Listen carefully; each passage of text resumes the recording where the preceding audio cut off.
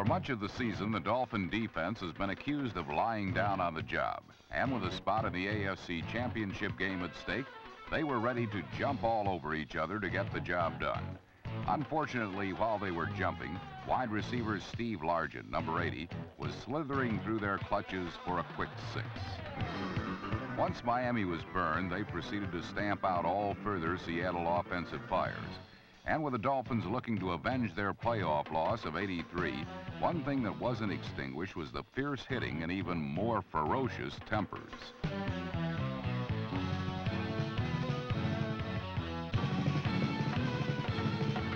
While Dolphin Bruce Hardy barely avoided removing Kenny Easley's head, running back Tony Nathan, number 22, had no trouble removing Seahawk defenders from his path en route to the end zone.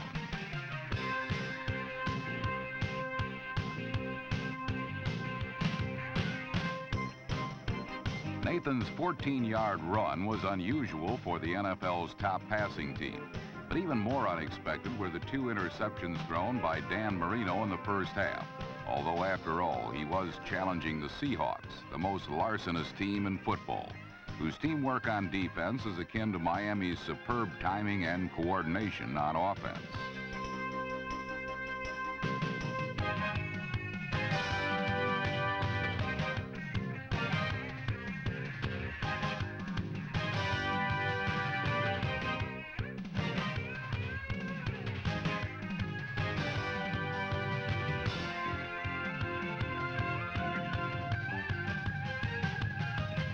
Ever-alert safety John Harris, number 44, helped Seattle remain true to form, recording both thefts. But Seattle could only convert 3 points from the turnovers. However, Marino had never thrown more interceptions than touchdown passes in a game, and he was not about to set a precedent against the Seahawks. Undaunted by his mistakes, Marino regained his patience and connected with Jimmy Cefalo on a textbook perfect post pattern for a 34-yard touchdown.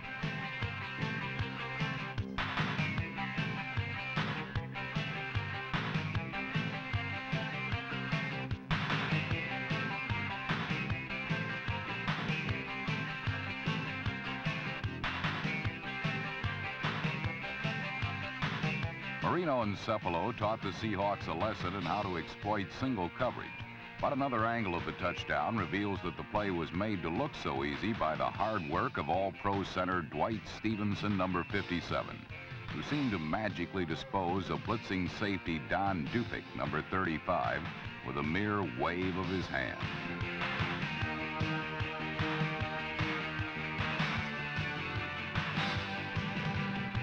While Cefalo did a smooth disappearing act into the end zone, the rough and tumble play of the interior lineman was very much in view. In this game, with everything on the line, it was undoubtedly at the line where the most intense battle was being waged. The Seahawks recorded no sacks against Miami, and when Marino was dropped, it was not until his lightning-quick release had produced yet another strike. Marino had only an average performance by his lofty standards, throwing for 262 yards. But he did spread the wealth around, using his phenomenal field vision to spot Bruce Hardy, one of 8 targets on the day, to put the game out of reach at 21-10. Marino's stats were still markedly better in this year's winning effort against Seattle than in last season's lost cause. One reason could be the ever-amazing play of Mark Clayton, who spent last year's playoff game observing from the sidelines.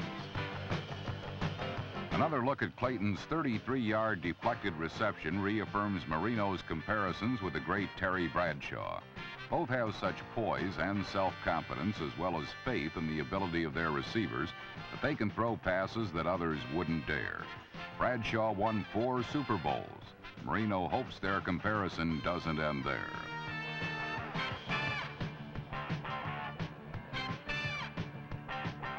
Meanwhile, for Mark Clayton, he wouldn't mind a comparison with Lynn Swann, or perhaps Harry Houdini.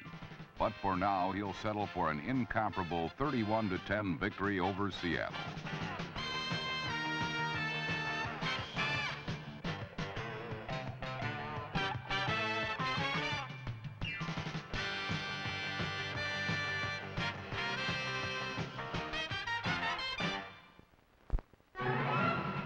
At Candlestick Park last Saturday, the San Francisco 49ers looked like they owned the field even before the opening gun sounded the start of their NFC divisional playoff battle against the New York Giants. The Niners maintained this take-charge posture after the inaugural kickoff as they quickly laid claim to 71 yards in just 8 plays. Joe Montana climaxed the drive with a touchdown pass to Dwight Clark.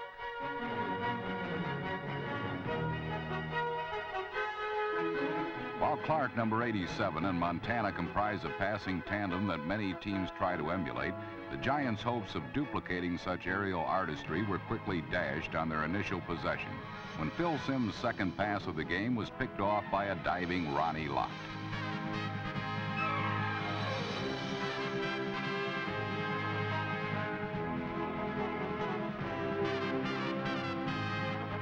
Number 42, Lott, returned the theft to the New York 12-yard line. And another look at the play reveals that the ball traveled an unusual path before Lott wound up with it. The pass was deflected at the line of scrimmage by number 57, Dan Buns. Then it bounced off number 50, Ricky Ellison's back. What might be termed the trickle-down theory of creating a turnover led to another touchdown pass by Montana. This one to a wide-open Russ Francis, number 81.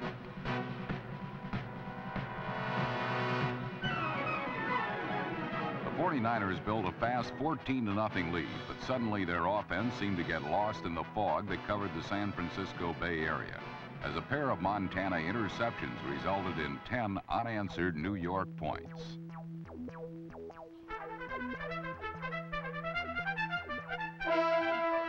Number 53, Harry Carson's touchdown allowed the Giants to give their impression of New Yorkers trying to board a subway during rush hour. And it cut the San Francisco lead to 14-10. The 49ers, however, struck back on their very next possession as deft play faking by Montana froze Carson and a Giant defense that reacted to number 33, Roger Craig's move into the line. Since most of New York's defenders were reading the run, Freddie Solomon got single coverage and Montana hit number 88 for a score.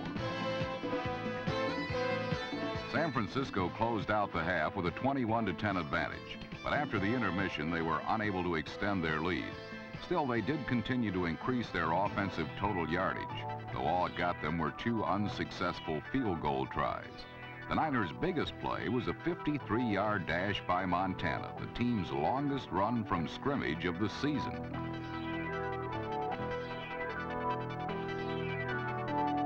Montana is justly famous for his mobility, but long-distance jaunts are uncharacteristic of this resourceful quarterback. Montana isn't known for throwing interceptions either, but after running such a long way, he came up short of the end zone when he served up his 3rd errant pass of the game.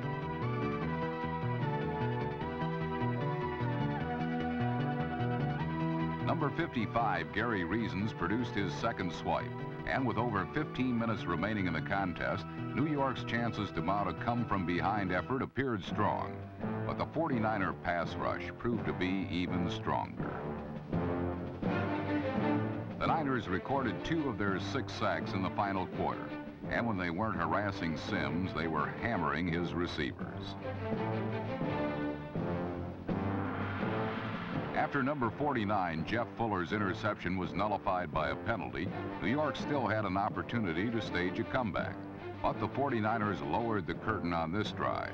And when the Giants got yet another opportunity to make something happen with less than a minute left to play, San Francisco lowered the boom on Simms. Number 76, Dwayne Board's fumble recovery secured a 21-10 San Francisco victory.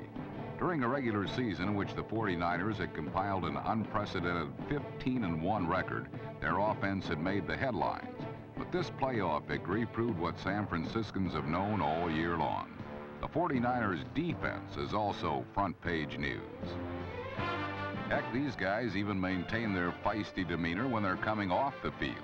That's one reason why the 49ers will be playing in an NFC championship game for the 3rd time in the last 4 years, and why the Giants reached the end of the road in San Francisco, despite coming a long way in a 1984 season that now belongs to just 4 teams.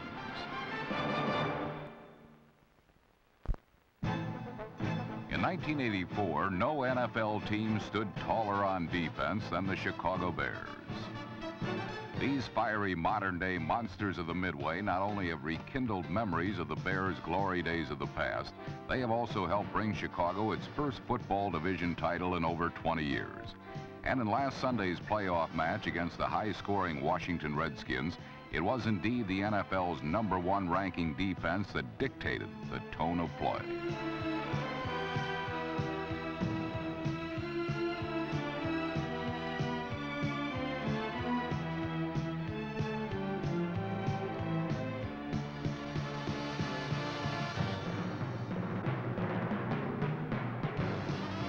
Although this game was played on the next to last day of the year, the Bears decided to do their New Year's celebrating early.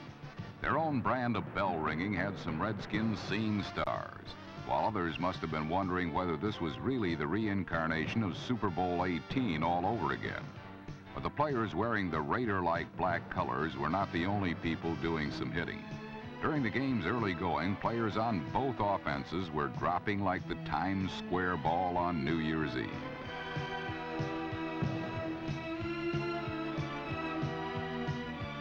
Unfortunately for Washington, this old-fashioned blood and guts trench warfare is not compatible with their high-tech computerized offense. For in addition to being aggressive, the Bears' blitz is so unpredictable that even a seasoned offensive line like Redskin Hogs can get confused.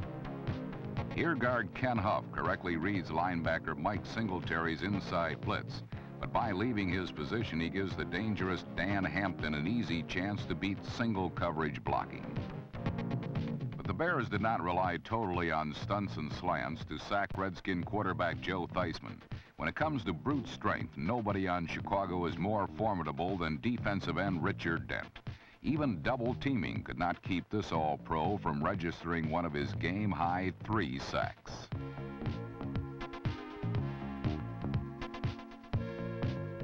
After setting a league record 72 sacks during the season, the Bears' ability to put pressure on Theismann was not all surprising.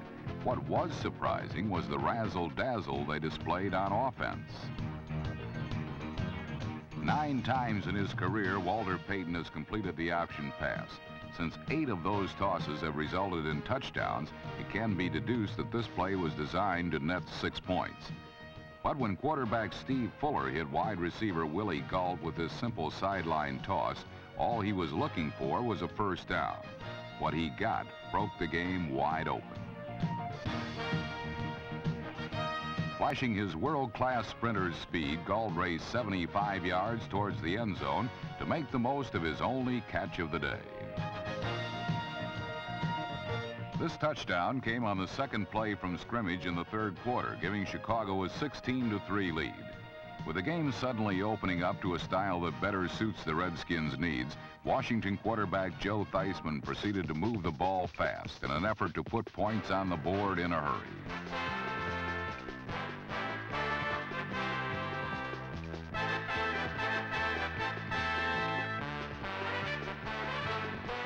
Twice in the third quarter, the Redskins drove into John Riggins' touchdown territory. Twice Big John, who was contained for most of the afternoon, capitalized on his specialty of scoring from short yardage range. But ultimately, the key in deciding touchdown was delivered by one very unlikely hero, Chicago's underrated second-string quarterback, Steve Fuller. Injuries have kept Fuller from proving that he can capably fill Jim McMahon's shoes. But by hitting on 9 of 15 passes for 211 yards, including this clutch third-quarter touchdown toss to Dennis McKinnon, Fuller provided Chicago with 23 points. Just enough provision of inspiration the hungry Bear defense needed to put Washington away for the winter.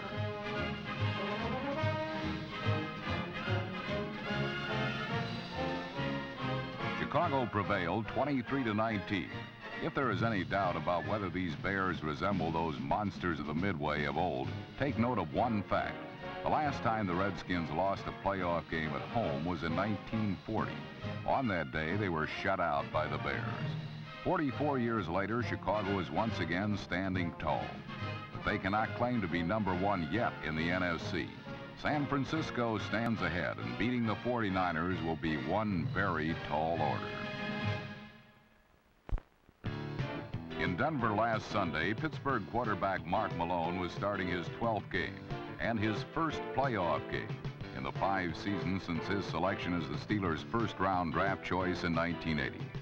No one knew quite what to expect, including Malone himself. But even he could not have dreamed that he would fumble the ball over to Denver twice in his first 4 offensive plays. Malone's second fumble led directly to Denver's first touchdown. Number 87, tight end Jim Wright, was sent in motion to his right, and John Elway sprinted out and found Wright all alone for the game's first touchdown and the lone score of the first quarter, much to the delight of the customary 75,000 mile-high zealots.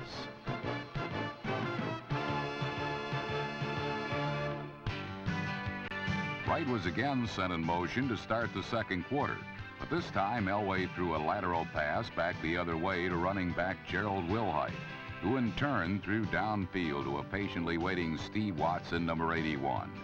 Watson then crossed back to his right, picking up blockers for a 52-yard gain in the game's longest play. This time, the Broncos did not cash in their scoring opportunity. On 3rd and goal from the Steelers' 6-yard line, John Elway dumped a short pass into the waiting hands of number 67, Pittsburgh nose tackle Gary Dunn. And thus were Denver's first half scoring chances done in.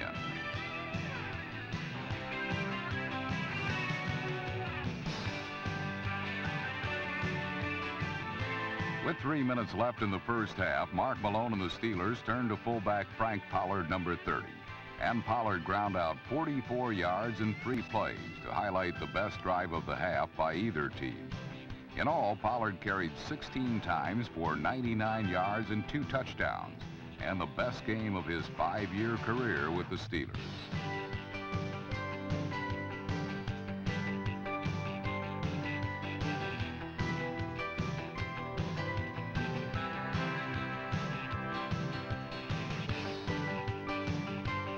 On 1st and goal from the 1, Mark Malone once again gave the ball to Frank Pollard, whose second effort just got him through the Broncos' goal line defense for the touchdown, which gave the Steelers the lead at halftime, 10-7.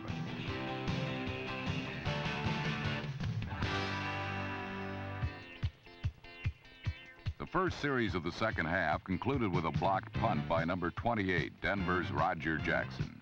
With 1st and goal from the 4, the Broncos again could not capitalize with a touchdown and were forced to settle for a field goal, which tied the score at 10.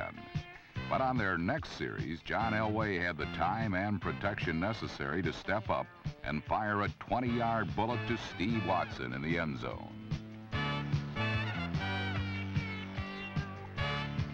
Steve Watson led both teams in receiving with a career-best 11 receptions, good for 177 yards. But the Steelers then got to show off their Rookie of the Year, wide receiver Louis Lips, number 83, who on the following series caught 3 passes good for 50 yards, and the touchdown which tied the score once again, this time at 17-17 after 3 quarters.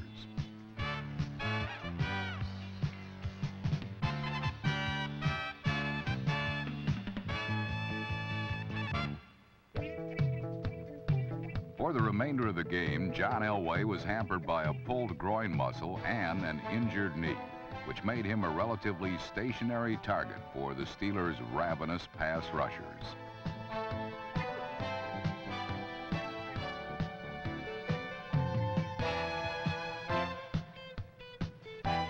With 3 minutes remaining in regulation and the crowd pleading for a chance to break the tie, an Elway pass over the middle was short-circuited by Steelers safety Eric Williams, number 21, who headed up the left sideline toward the end zone.